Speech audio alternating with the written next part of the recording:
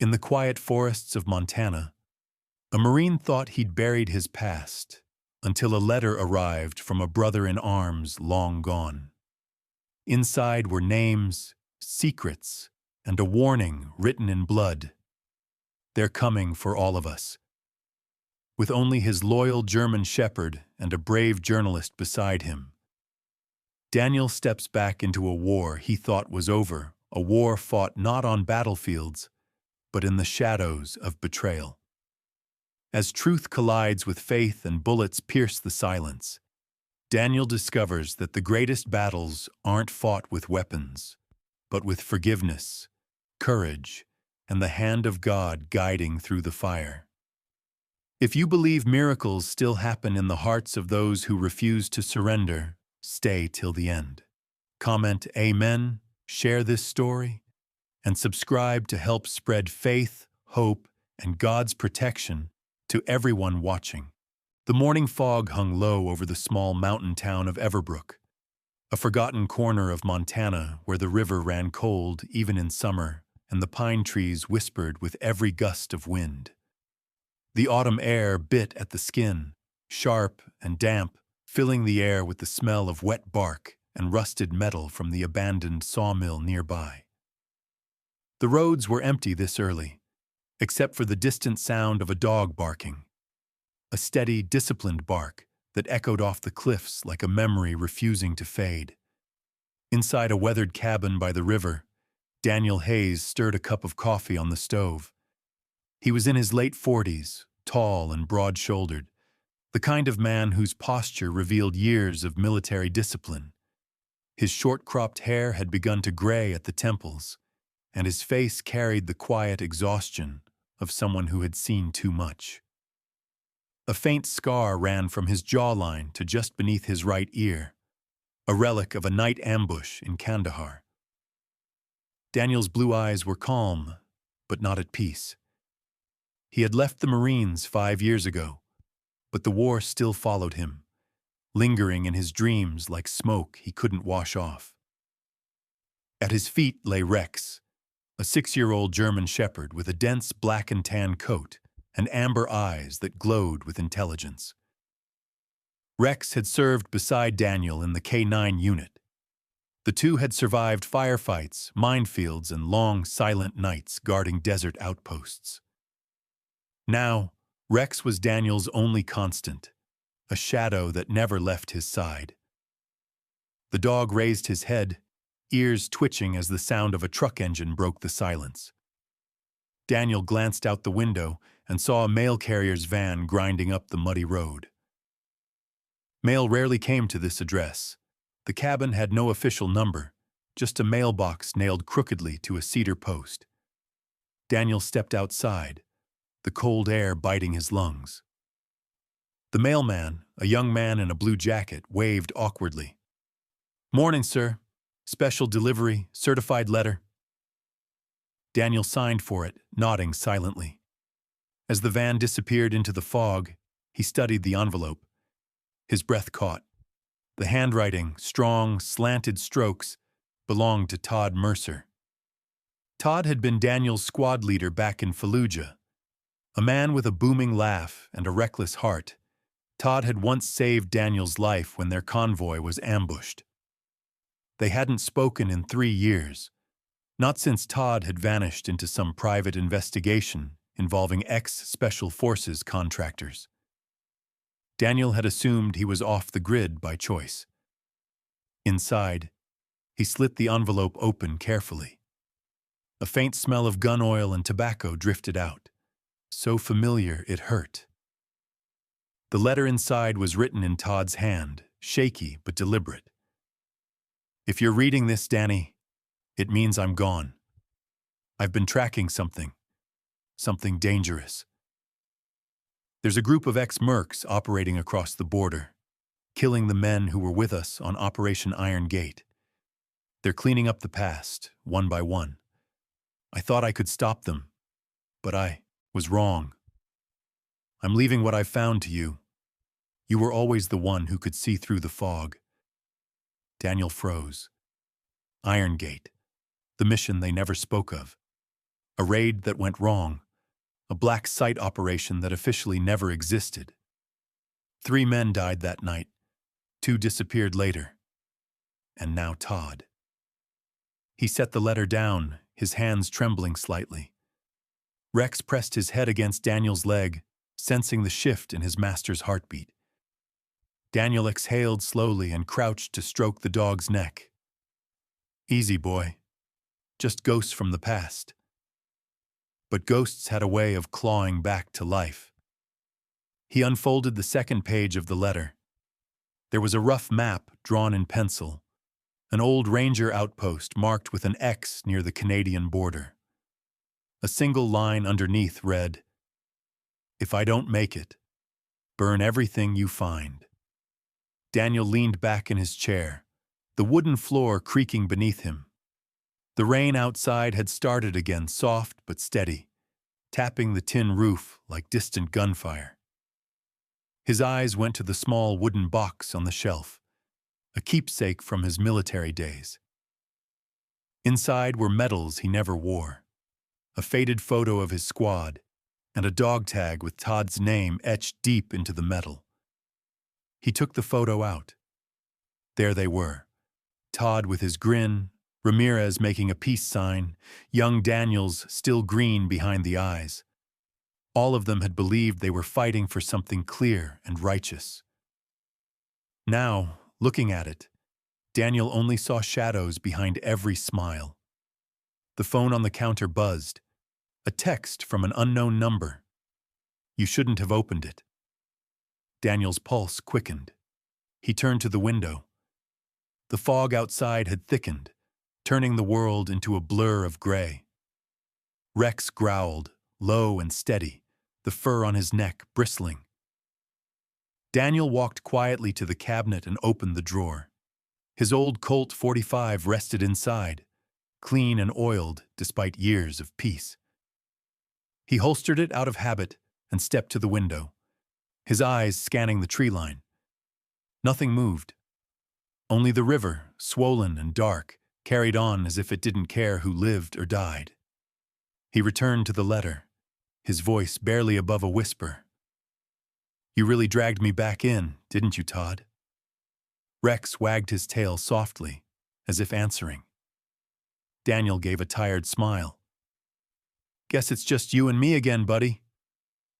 He tucked the letter into his jacket and stood by the window, watching as the fog began to swallow the hills. Somewhere in that mist lay the truth Todd had died for. And maybe, Daniel thought, a chance to make peace with the ghosts that had haunted him since the desert. Outside, thunder rolled in the distance. The storm was coming.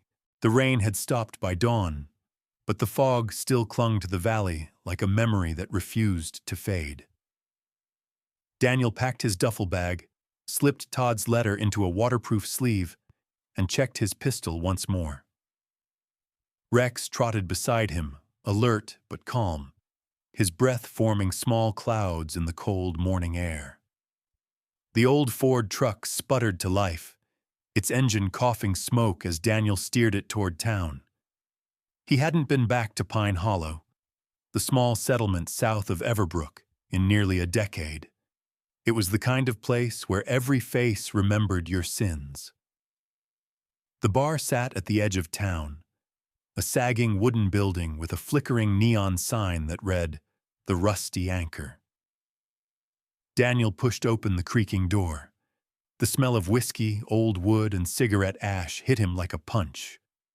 The bartender, a man in his 60s with a thick beard and tired eyes, glanced up. His name tag read Tommy. Tommy had been a Marine once, too, Daniel recalled. His back was hunched now, his once powerful arms marked by faded tattoos and burn scars. He gave a small nod, the kind soldiers exchange when words are unnecessary. Didn't think I'd see you again, Hayes, Tommy said, his gravelly voice tinged with both surprise and caution. Daniel slid onto the bar stool. Didn't think I'd come back.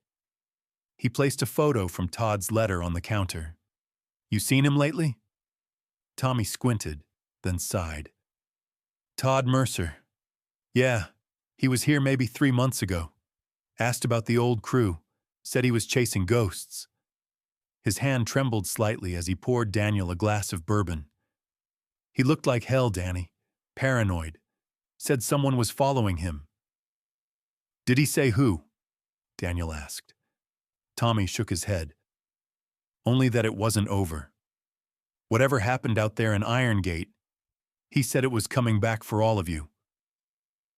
Daniel felt a cold shiver crawl down his spine. He left a few bills on the counter, nodded, and turned to leave. As he reached the door, Tommy called out, Hey, be careful who you ask about. Some questions don't want answers. Outside, the morning had grown brighter, though the clouds still hung low. Rex sniffed near the alley, his tail stiffening. Daniel followed and found something half buried in the mud, an old silver bracelet engraved with the initials T.M. Todd's. He picked it up slowly. Good boy, he muttered to Rex. Looks like Todd left us a trail. They drove north, following the rough map from the letter. After 2 hours of forest roads and icy puddles, Daniel pulled into the parking lot of a small diner off Highway 87. The sign read, Millie's Diner, though most of the letters had faded. Inside, a few locals huddled over coffee. The woman behind the counter looked up as the door chimed. Sarah Collins was in her mid-30s, tall and slender, with a cascade of chestnut hair tied in a messy bun. Her skin was pale, almost translucent under the diner's yellow lights, and her green eyes carried a quiet sharpness, the kind that missed nothing. She wore a gray wool sweater and jeans, simple but elegant. There was something both weary and defiant about her posture, like someone who'd spent too many nights fighting unseen battles. Daniel ordered coffee. Sarah poured it, her tone soft but guarded. You're not from around here, are you? Used to be, Daniel said. Name's Hayes. Daniel Hayes. She froze slightly. The Marine? Todd mentioned you once. Said if anyone came looking for him, it'd be you. Daniel's hand stopped midair. You knew Todd? Sarah nodded, her voice dropping to a whisper. He came here a few times last winter. Said he was on to something big, something about mercenaries and missing veterans. He wanted me to help him publish it. But then, he disappeared. She hesitated. I tried to call him last month. The line was dead. Daniel studied her face. There was no deceit there, only worry. You're a reporter? Was, she replied, giving a sad smile. Now I mostly write grants for local charities. After my husband died, I needed something quieter. Her eyes flicked briefly toward the photo of a man and a young boy taped near the register. He was Army, Afghanistan. Wrong patrol route. Wrong day. Daniel nodded, his voice gentle. I'm sorry. Sarah leaned closer, lowering her tone. Todd left me a flash drive. Said if anything happened to him, someone would come for it. He told me to give it only to you. She disappeared into the back room and returned with a small metal drive wrapped in paper. On it, a handwritten note. To Daniel Hayes, trust no one. Daniel pocketed it. Did anyone else know about this? Sarah hesitated. A few weeks ago, someone came asking about him. Big guy, shaved head, military boots. Didn't give a name. Daniel felt Rex tense beside him, ears twitching. He turned toward the window and caught a glimpse of a black SUV idling across the street. Its engine was running, exhaust curling in the cold air. Get down, he said quietly. Sarah obeyed without question. A split second later, the diner window cracked as a bullet punched through the glass. Rex barked, teeth bared, as Daniel pulled Sarah behind the counter. He drew his Colt, eyes scanning for movement, but the SUV screeched away into the fog before he could fire. Silence settled again, broken only by the sound of coffee dripping onto the floor. Sarah's hands shook, but she didn't panic. "They knew you'd come," she whispered. Daniel looked out the shattered window, his jaw tight. "Then Todd was right. It's not over." He turned to her. "Pack your things. You're not safe here anymore." She nodded, her eyes wide with a mix of fear and trust. As they stepped outside, Rex growled softly, nose to the ground, already picking up a trail. Daniel glanced toward the north, where the map's marked location waited beyond the tree line. "Come on, boy," he said. "We've got ghosts to chase." The forest near the Canadian border was colder than Daniel remembered. The air was sharp, heavy with pine and damp earth, and each gust of wind carried the echo of something moving unseen between the trees. The dirt road had long since turned to mud, forcing him to abandon the truck and continue on foot with Sarah and Rex. Sarah had insisted on coming, claiming Todd had once mentioned a hidden cabin up here. Daniel didn't like it, but he also knew she wouldn't back down. There was a quiet strength in her that reminded him of the soldiers he used to lead. Her green eyes, usually steady, darted warily through the fog as if she could feel the danger watching them. By midday, they reached what looked like an abandoned checkpoint. Barbed wire curled across the ground like dead snakes. The remnants of old tents and shattered crates littered the area. Bullet holes scarred the metal siding of a truck half sunk in mud. Daniel crouched beside it, scanning the surroundings.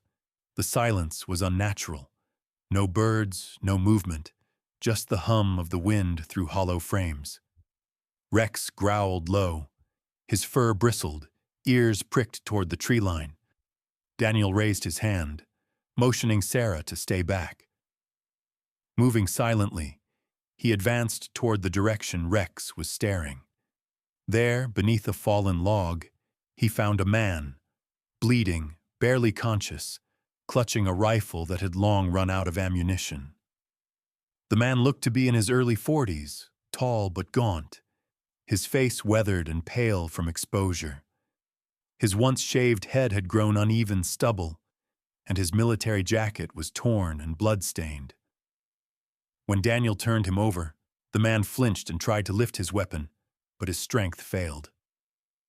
"Easy," Daniel said calmly. "You're hurt. I'm not your enemy." The man's eyes flickered open. "Hayes," he rasped, his voice cracked, coated in blood and disbelief. Daniel froze. "You know me?" The man coughed weakly. "Used to run patrols together. Operation Iron Gate, name's Frank Keller." Daniel remembered him then. Sergeant Keller, their demolitions expert, known for his rough humor and the tattoo of a compass on his forearm. Back then, he'd been broad, loud, full of reckless courage. Now he was a shadow of that man, his hands trembling from cold and fear. "What happened here?" Daniel asked, pressing a cloth to the wound. Keller grimaced. "They came at night. Black trucks, no markings. Took the others. Said they'd finish the job. I got out by crawling through the creek." His eyes darted toward Sarah. "You shouldn't have brought anyone. They'll find you." Sarah knelt beside him, her face pale. "Who are they?" "Mercs," Keller breathed. "Hired by someone high up. Todd was close to naming them before they killed him." Daniel's jaw clenched. "Do you know where they're heading?" Keller nodded faintly. "Old Ranger Post, 20 miles north. Same mark Todd drew on his map. But you have 2... His words broke off as a sharp crack split the air. A bullet slammed into the tree beside them, showering bark. Daniel shoved Sarah down, shouting, "Get cover!" Another shot followed, grazing the truck's door, Rex barked ferociously, sprinting toward the sound. From behind the trees, a man emerged. Tall, muscular, dressed in black tactical gear, a rifle slung across his chest. His face was rugged, mid-30s, with dark stubble and cold gray eyes that betrayed no hesitation. He moved with the smooth precision of a professional. Cole Maddox, Daniel thought.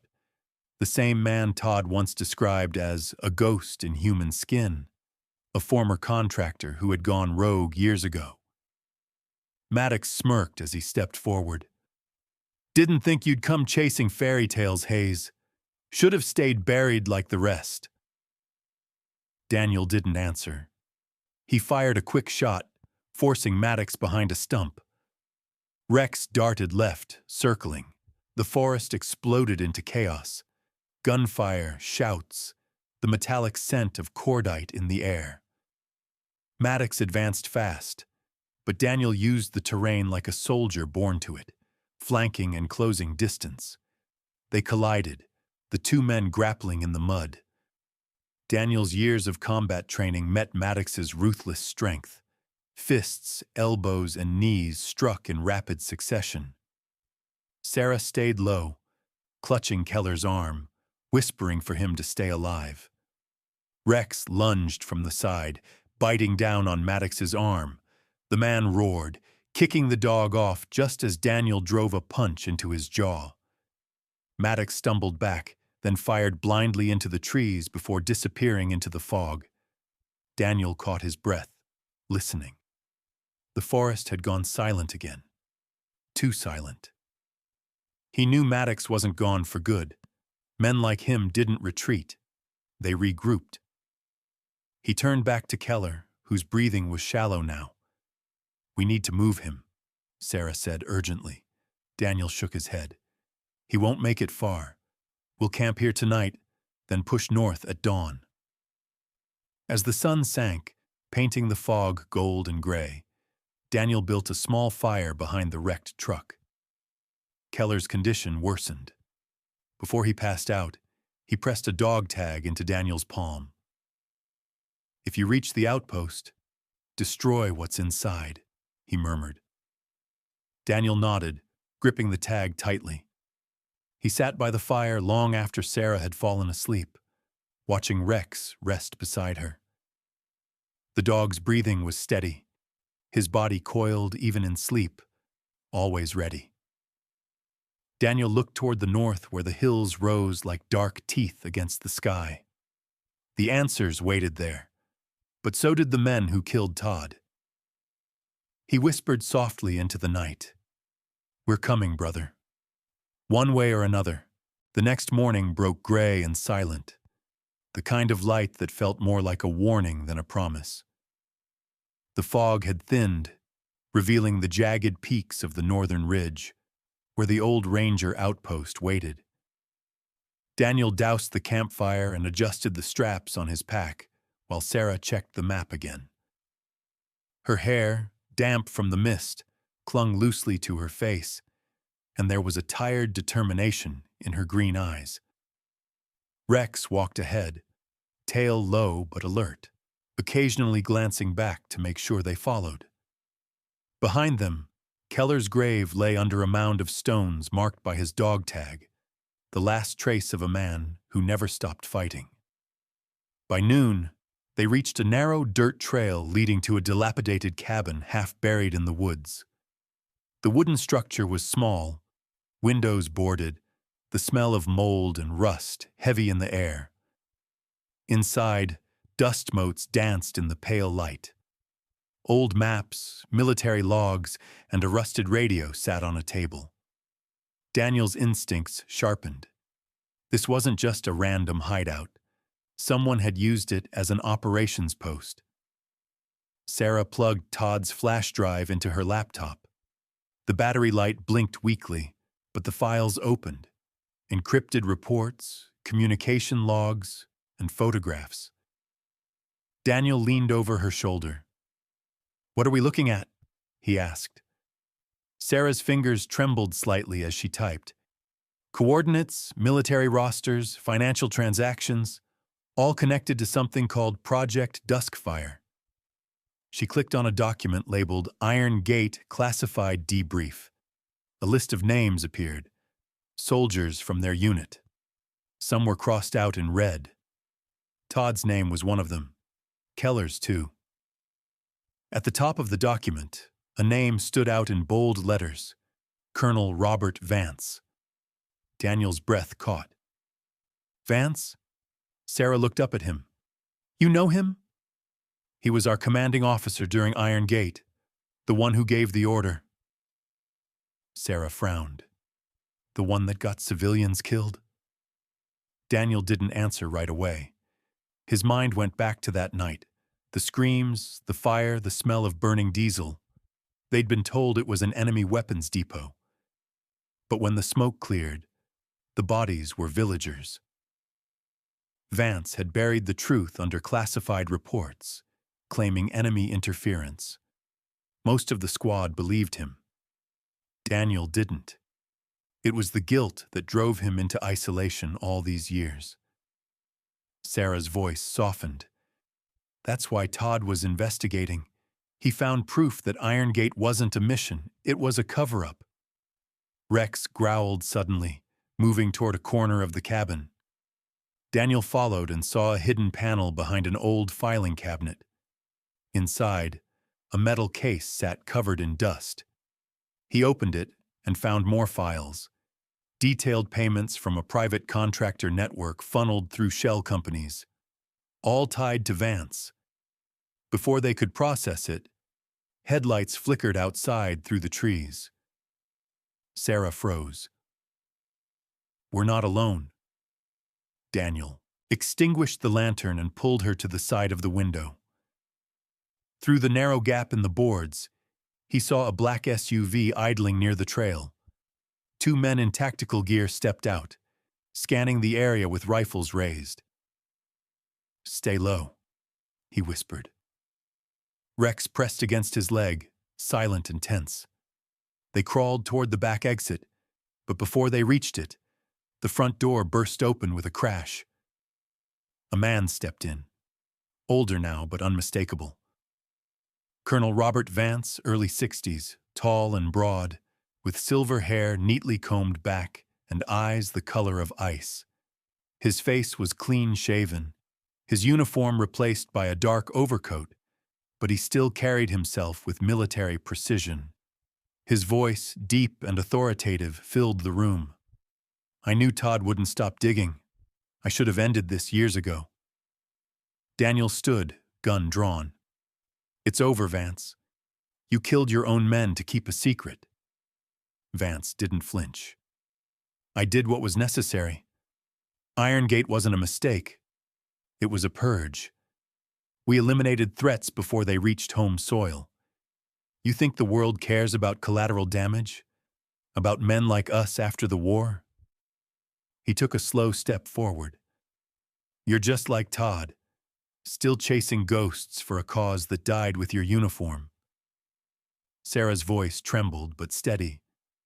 You murdered Americans to cover your crimes. Vance's eyes flicked toward her. A journalist, of course. Todd always had a soft spot for idealists. Rex growled, teeth bared. Daniel felt the tension snap. You're not walking away from this, he said coldly. Vance gave a thin smile. Neither are you. He nodded toward the window. Outside, engines roared. More men arriving. Daniel grabbed Sarah's hand. Back door now. They darted out as gunfire shattered the windows. Bullets chewed through wood as they sprinted into the forest, Rex leading. Behind them, the cabin erupted in flames. Someone had thrown an incendiary grenade. From a ridge, Daniel turned to watch the blaze consume the last evidence Todd had gathered. Sarah caught her breath, staring at the burning cabin. Everything's gone. Daniel shook his head, pulling the flash drive from his pocket. Not everything. Rex stood beside him, panting, ears forward. The reflection of fire danced in his amber eyes. In the distance, a helicopter's hum rose, Vance's men weren't giving up. Daniel glanced at Sarah. "We finish this tomorrow. No more running." She nodded, determination hardening her face. "Then we expose him. All of it." The night swallowed them as they vanished into the dark forest, the flames lighting the path behind them, a promise of reckoning to come. The night had barely lifted when Daniel and Sarah reached the northern ridge.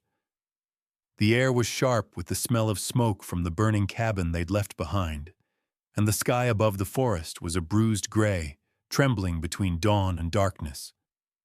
Rex padded ahead, his fur matted with dirt, his movements careful but precise. They had walked all night, following the faint echo of engines until it led them to a clearing where the ranger outpost loomed in the distance. An old stone building half collapsed under years of neglect. Rusted antennas jutted from the roof like broken bones. The place felt haunted by silence and memory. Daniel crouched behind a fallen tree, binoculars in hand. Through the lenses, he saw 2 trucks parked near the outpost and a half-dozen armed men pacing the perimeter. They were methodical, disciplined, Vance's men. A helicopter sat on a landing pad nearby, its rotors still. Sarah knelt beside him, her face pale in the morning light, but her voice steady. "That's where he's running it from, isn't it?" Daniel nodded. "If Vance wants to wipe the evidence, it'll be there. And if Todd was right, the data backup's inside that building." Sarah's hands clenched the strap of her bag. "Then we finish it." Before they could move, a shadow approached from the side. A man in camouflage gear, older, bearded, holding a rifle but not aiming it. His face was weathered, and his left eye bore a faint scar that cut through the eyebrow. He raised one hand. "Easy there, soldier." Daniel tightened his grip on his pistol. "Who the hell are you?" The man smiled faintly. "Name's Elliot Crane. Used to run Border Patrol before they shut this sector down. I heard the gunfire last night. Saw the chopper. Figured someone needed help." His voice carried the calm drawl of someone who'd seen enough chaos to stop fearing it. His uniform was old, but his movements were deliberate. Ex-military, no doubt. Daniel studied him a moment, then nodded slowly. "We could use another set of eyes." Elliot shrugged. "Then you've got him. But whatever's going on here, you're kicking a hornet's nest." They moved as a unit, Daniel leading, Sarah close behind, Elliot covering their flank. Rex guided the way, nose twitching as he tracked the scent of oil and cordite. The 3 of them reached the side of the outpost, crouched low under the cracked wall. Daniel peered through a hole in the brick. Inside, he saw Vance standing before a row of computers, giving orders to his lieutenant. Vance looked immaculate despite the chaos, a man who still believed he was in control. His gray eyes were steel, unflinching.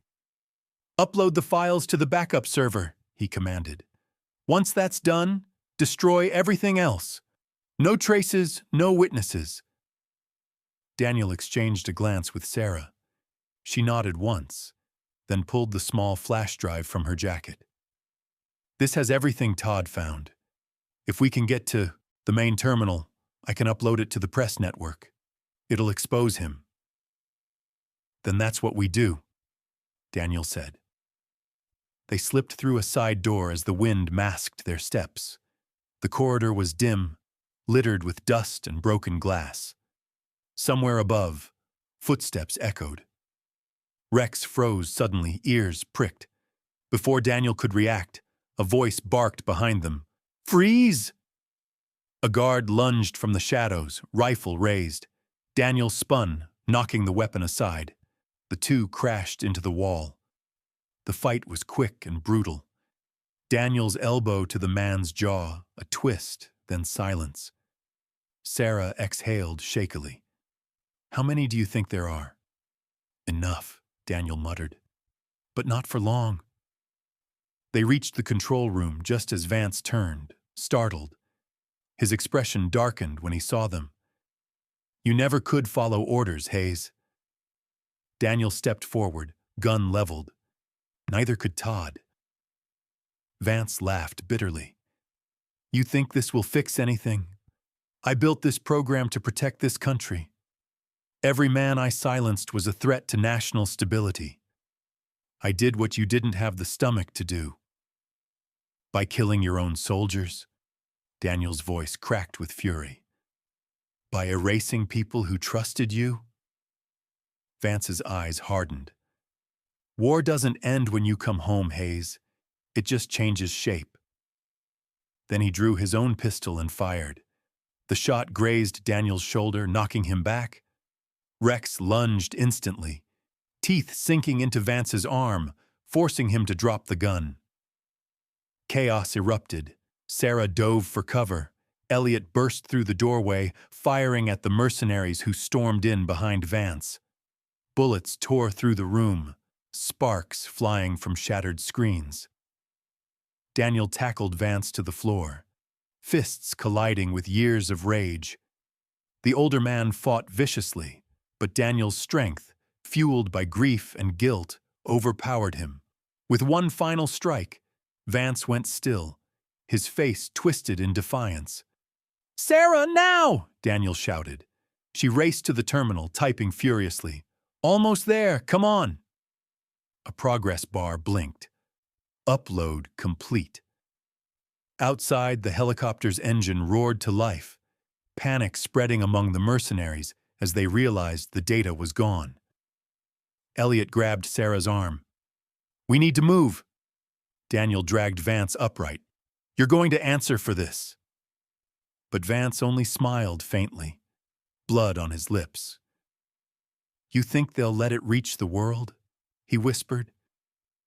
"You can't bury the truth, Hayes. It buries you." He reached for a grenade on his vest. Daniel shoved him back and fired. The explosion ripped through the hall, the shockwave flinging them into the dirt outside.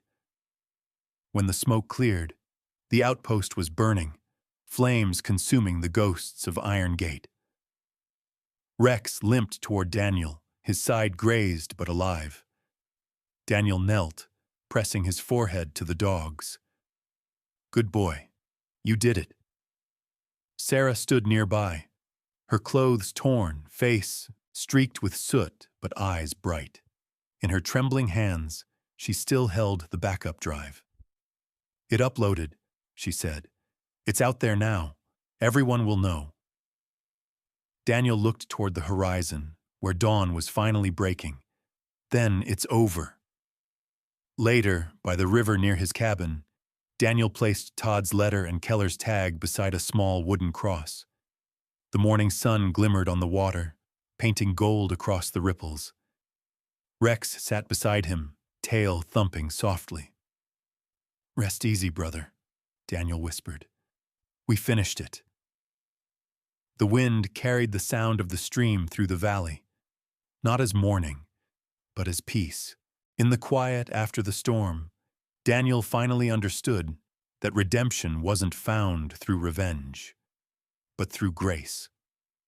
The letter from Todd, the loyalty of Rex, and the courage of Sarah had guided him not just to justice, but to peace.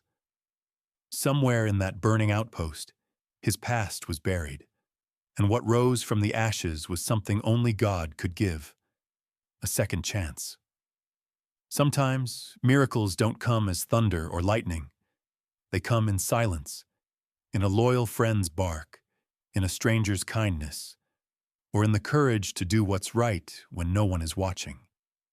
God doesn't always take away our storms, but He walks with us through them. If you believe that faith still changes lives, that forgiveness is stronger than anger, and that every dawn carries hope for those who keep believing, don't scroll away. Share this story. Leave a comment about what touched your heart most, and subscribe to join our growing family of faith and courage. May the Lord bless you, protect your home, and remind you you are never alone in your battles.